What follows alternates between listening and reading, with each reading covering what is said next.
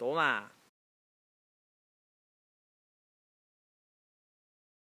En el caso disipativo la ecuación se vuelve un poco más compleja. Ahora lo que tenemos es una constante alfa que es de origen fenomenológico y que da cuenta de la disipación. Es una constante de masa adimensional que suele estar entre 10 a la menos 4 y 0,1. 0,1 ya es bastante grande. Entonces pues siempre vemos que es una cantidad pequeña y por eso normalmente se puede tratar el nuevo término como una perturbación sobre pues el caso conservativo. Además vemos que gamma también viene corregido por la propia constante alfa disipativa.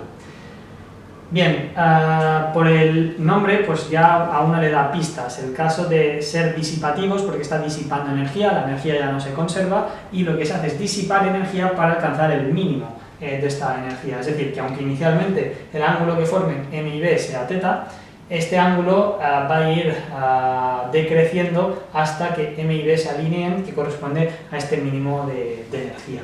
Entonces ya no tenemos, como en el caso conservativo, que m dé vueltas alrededor de b. Va a ser así, pero localmente en el tiempo.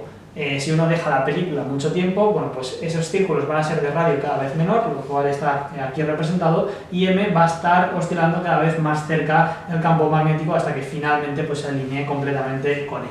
Y es porque aparte del término precesional, que es este que denotamos como tau p, la tau es porque es un torque, que apunta, por ejemplo, en este caso, pues hacia dentro de la pizarra y es el que me da cuenta de ese giro alrededor del campo magnético. Aparte del término precesional, pues está el término disipativo, que es mucho más pequeño porque viene multiplicado por alfa, pero que en este caso, pues tal y como está aquí dibujado en el esquema, apunta hacia el campo magnético y es el que tiende a que esas órbitas pues sean de un radio cada vez más pequeño hasta que finalmente el momento dipolar se alinee con el campo magnético. La ecuación de Landau-Lipschitz descompuesta, tal y como hemos hecho antes, en las componentes mx, mi y mz, queda como sigue, donde de nuevo hemos vuelto a introducir la notación de la frecuencia del Larmor, con la salvedad de que ahora la frecuencia del Larmor es gamma, pero dividido entre 1 más alfa al cuadrado y todo ello multiplicado por el campo magnético, es decir, la misma que teníamos antes, pero dividido entre 1 más alfa al cuadrado. Otra cosa también interesante antes de continuar es que ya estamos de nuevo indicando que estamos utilizando un vector unitario y esto es porque también se conserva la norma o el módulo en el caso disipativo, ya que la derivada de m con respecto del tiempo es perpendicular a m, puesto que siempre tenemos productos vectoriales de algo con m, aquí el término precesional y también el término disipativo, con lo cual podemos sin ningún tipo de inconsistencia considerar que m es en todo momento unitario. Vale, pues de descomponer en cada una de las componentes, mx, mi y mz, lo que se observa es que tenemos la parte precesional que ocurre a lo que se dice una escala temporal rápida, es decir, cambia mucho más rápido que, por ejemplo, a la velocidad a la que cambia mz, puesto que sucede en lo que se llama una escala temporal lenta, porque viene multiplicado por alfa, que es una cantidad normalmente mucho más pequeña. Y es por eso que la dinámica consiste en círculos alrededor de B, pero que cada vez se van haciendo más pequeños. Y esa disminución del radio de esos círculos pues sucede a una velocidad mucho más pequeña que a la que se gira en torno al campo magnético. También además en la versión disipativa se ve claramente que la ecuación de Landau-Lipschitz es una ecuación no lineal, porque tenemos aquí productos de mx con mz, por ejemplo, o aquí tenemos los cuadrados. Vale, y bueno, lo he dicho antes, la disipación ocurre en la escala temporal lenta, mientras que la precesión, que es la parte que conserva la energía, ocurre en una escala temporal mucho más rápida. Esta tercera ecuación, a priori, pues uno podría pensar que la dinámica de mz depende de lo que sucede también con mx y con mi. Y no es exactamente así, puesto que al conservar la norma, y en este caso al ser un vector unitario, mx cuadrado más mi al cuadrado pues es igual a 1 menos mz al cuadrado, con lo cual lo que tenemos es que la dinámica de mz depende exclusivamente de ella. Esto es una ecuación diferencial ordinaria de variables separables que podemos resolver. Hemos visto que mz depende únicamente de ella, Antes podríamos intentar buscar cuáles son los puntos de equilibrio o los puntos fijos, es decir, donde pues las tres derivadas son iguales a 0. Vemos de la última ecuación que necesitamos que mz sea igual a 1 o sea igual a menos 1 para que esta cantidad sea igual a 0. Y luego de las otras ecuaciones necesitamos que tanto el primer sumando como el segundo sumando, también en la segunda ecuación, sean 0. Es decir, que mi sea 0 y como mz hemos visto que tiene que ser 1 o menos 1, pues que mx también sea 0. Y eso simultáneamente también hace que la segunda ecuación sea nula. Es decir, lo que vemos es que los puntos fijos, que voy a escribir por aquí abajo, que normalmente bueno, pues se denotan con un asterisco, mx, mi y mz,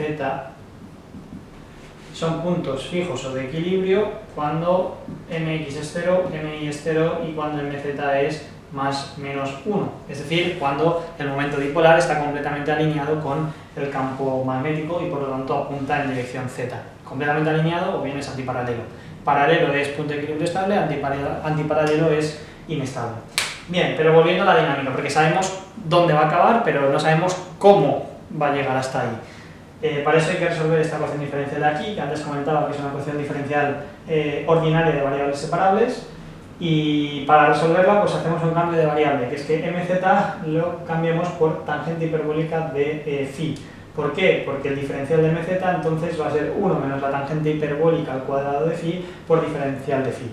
Y como la tangente hiperbólica es mz, pues esto no es más que mz al cuadrado. Dicho de otro modo, diferencial de mz entre 1 menos mz al cuadrado es igual a diferencial de phi, que es justamente lo que tenemos aquí arriba. Entonces, haciendo este cambio de variable, lo que tenemos es que esta ecuación diferencial se convierte en diferencial de phi es igual a alfa omega de L, la frecuencia del árbol, por diferencial de t. Y esto ya es fácil de integrar, donde vamos a tener que phi menos phi sub 0 es igual a alfa frecuencia del árbol por t.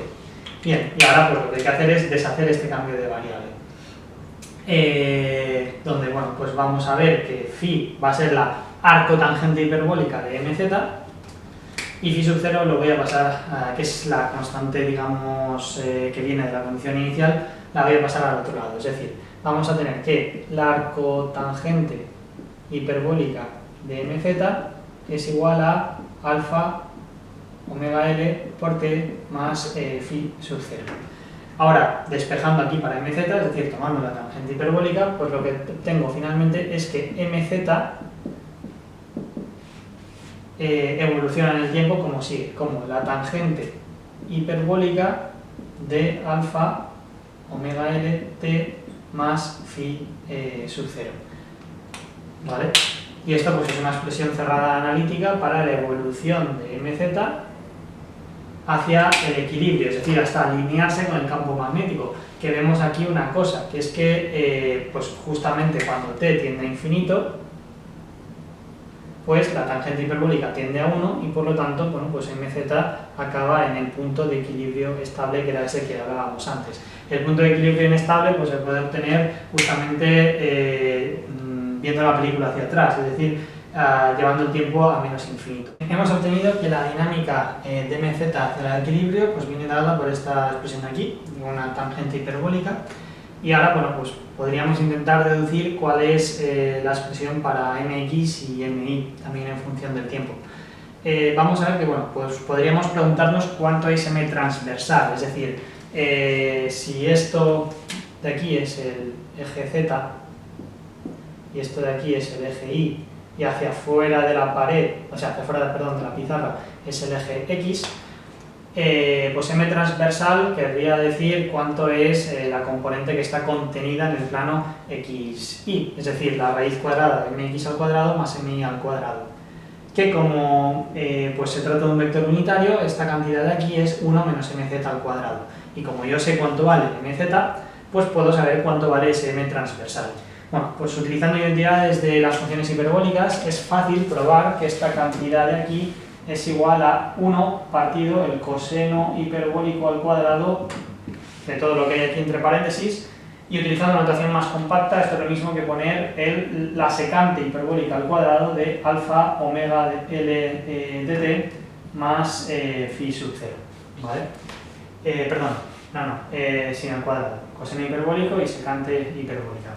Entonces, bueno, pues esta sería la expresión para la magnetización en el plano transversal, y luego pues descomponiendo en mx y en mi, pues lo que tendríamos es que mx es igual al coseno hiperbólico de phi, donde phi pues es el ángulo con respecto del eje x de coordenadas esféricas, por la secante hiperbólica de alfa omega L de t más phi sub 0, y m de i sería el seno de phi por la secante hiperbólica de alfa omega L de t más phi sub 0.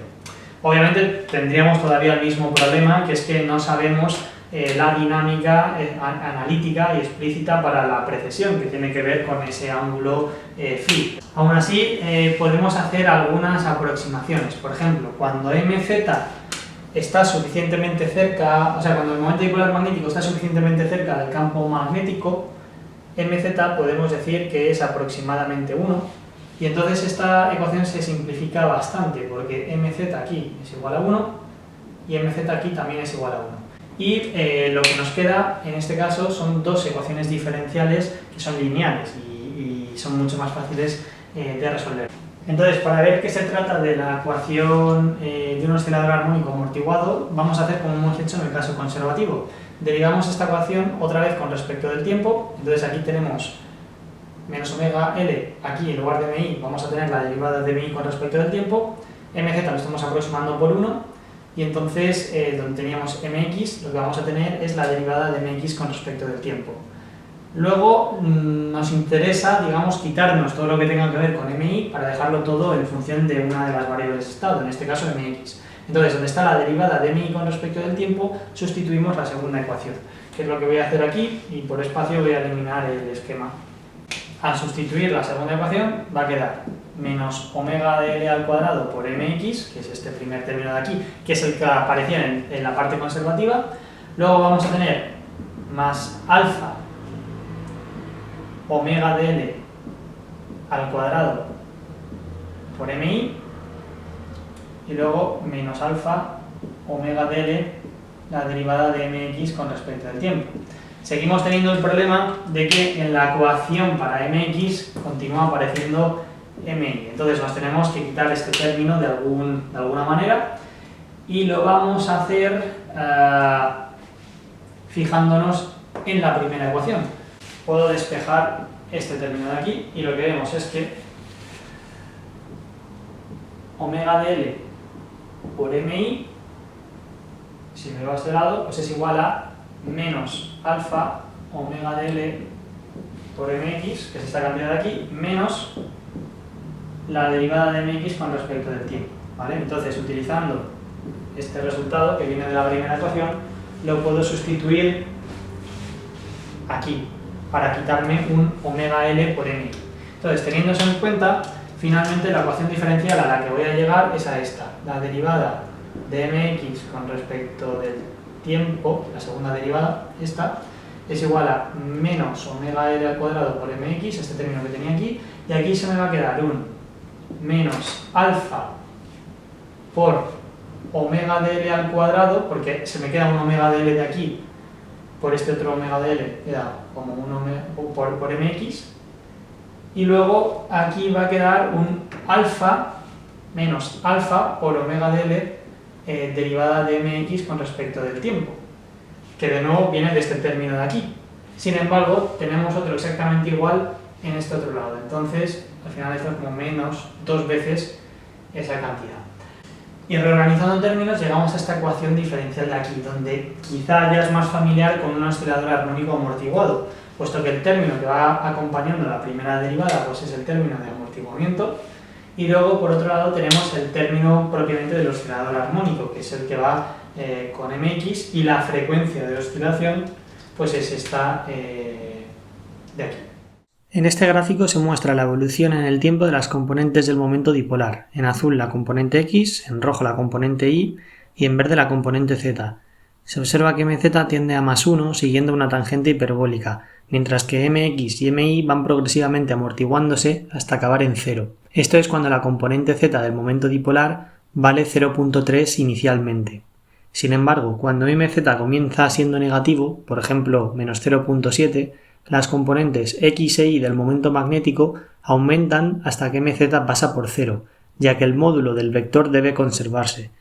Es decir, la dinámica está contenida sobre la superficie de la esfera de radio unidad, y cuando mz pasa de ser negativa a positiva, obligatoriamente debe pasar por el ecuador de la esfera, donde la componente transversal es máxima. De esta forma concluimos el análisis de la ecuación de Landau-Lifshitz para un monodominio. Toma.